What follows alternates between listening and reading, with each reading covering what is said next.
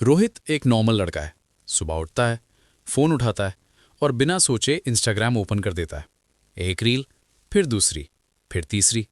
पता ही नहीं चलता कब 10 मिनट 1 घंटा बन जाता है। उसे लगता है वो बस टाइम पास कर रहा है, रिलैक्स कर रहा है। लेकिन एक छोटी सी बात है जो रोहित को पता नहीं है।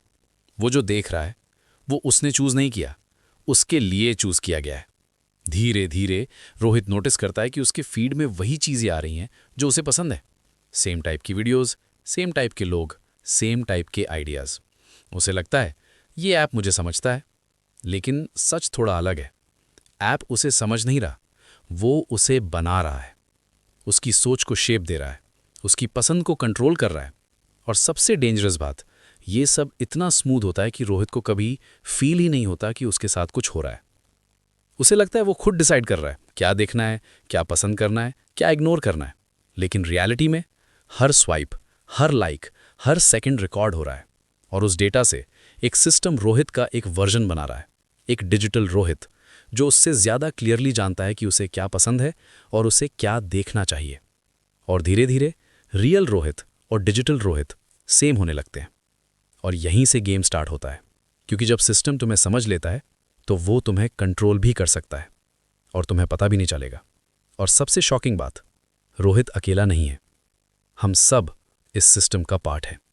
अब रोहित की स्टोरी यही इंटरेस्टिंग हो जाती है, क्योंकि जो उसके साथ हो रहा है वो सिर्फ उसका पर्सनल एक्सपीरियंस नहीं है, ये एक सिस्टम का डिजाइन है। और इस सिस्टम का नाम सिंपल है, एल्गोरिथम। लेकिन इसे सिंपल समझो। सिस्टम का काम है तुम्हें स्क्रीन पर रोकना, बस। जितना ज्यादा टाइम तुम ऐप पर रहोगे उतना ज्यादा प्रॉफिट होगा। इसलिए सिस्टम एक ही चीज करता है, तुम्हें वही दिखाता है जो तुम्हें रोक सके। रोहित जब एक वीडियो थोड़ा ज्यादा देर देखता है, सिस्टम उसको सिग्नल समझता है, इसको ये पसंद है।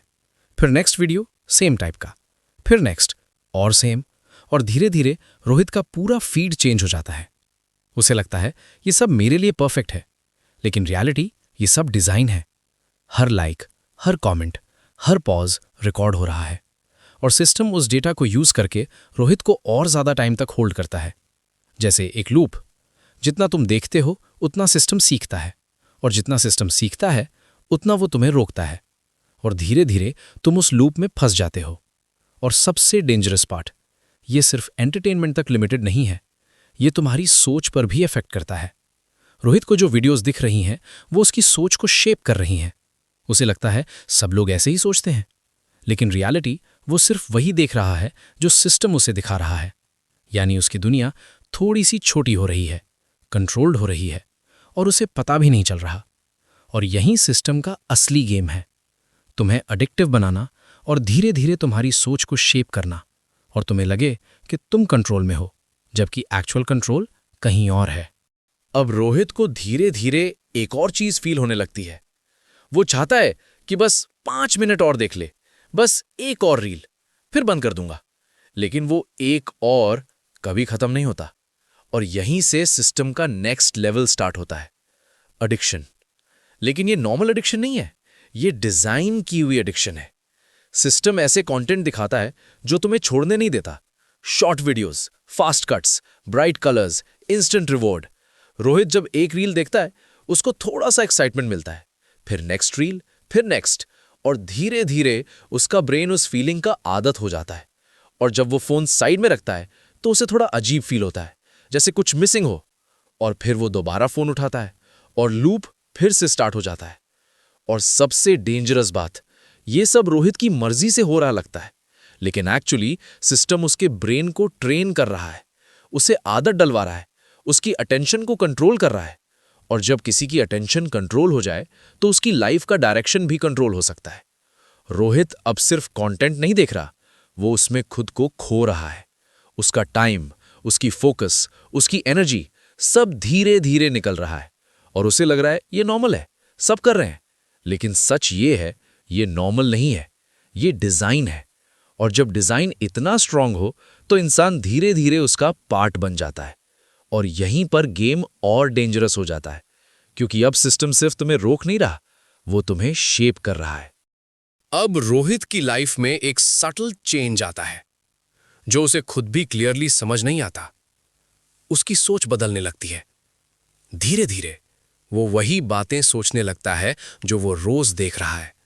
Same opinions, same reactions, same type की थिंकिंग।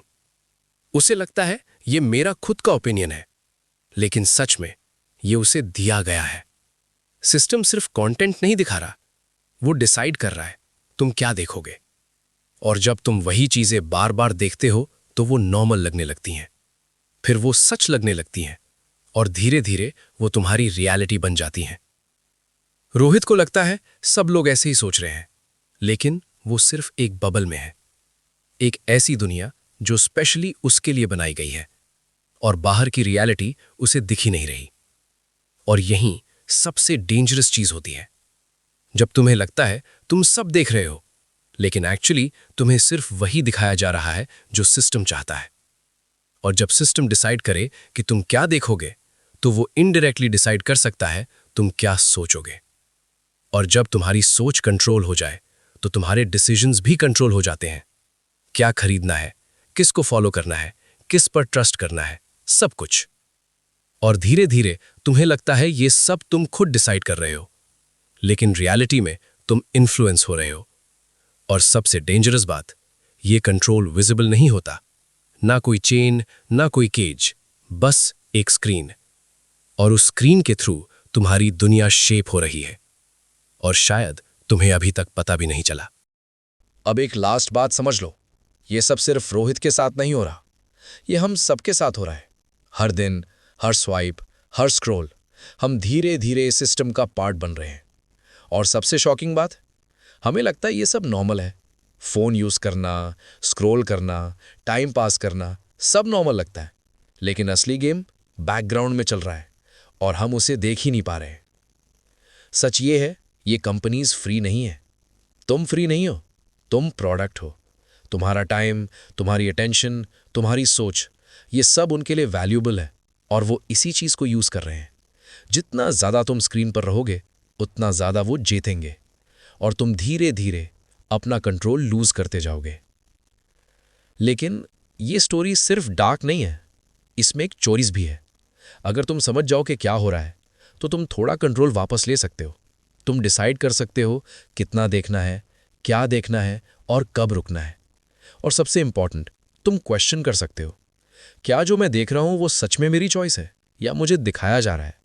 क्योंकि डिफरेंस यही है, जो समझ जाता है वो कंट्रोल में आता है, और जो इग्नोर करता है वो सिस्टम का पार्ट बन जाता है। और शायद अब तुम्हारे पास भी चॉइस है, समझना या इग्नोर करना। डिसीजन तुम्हारा है।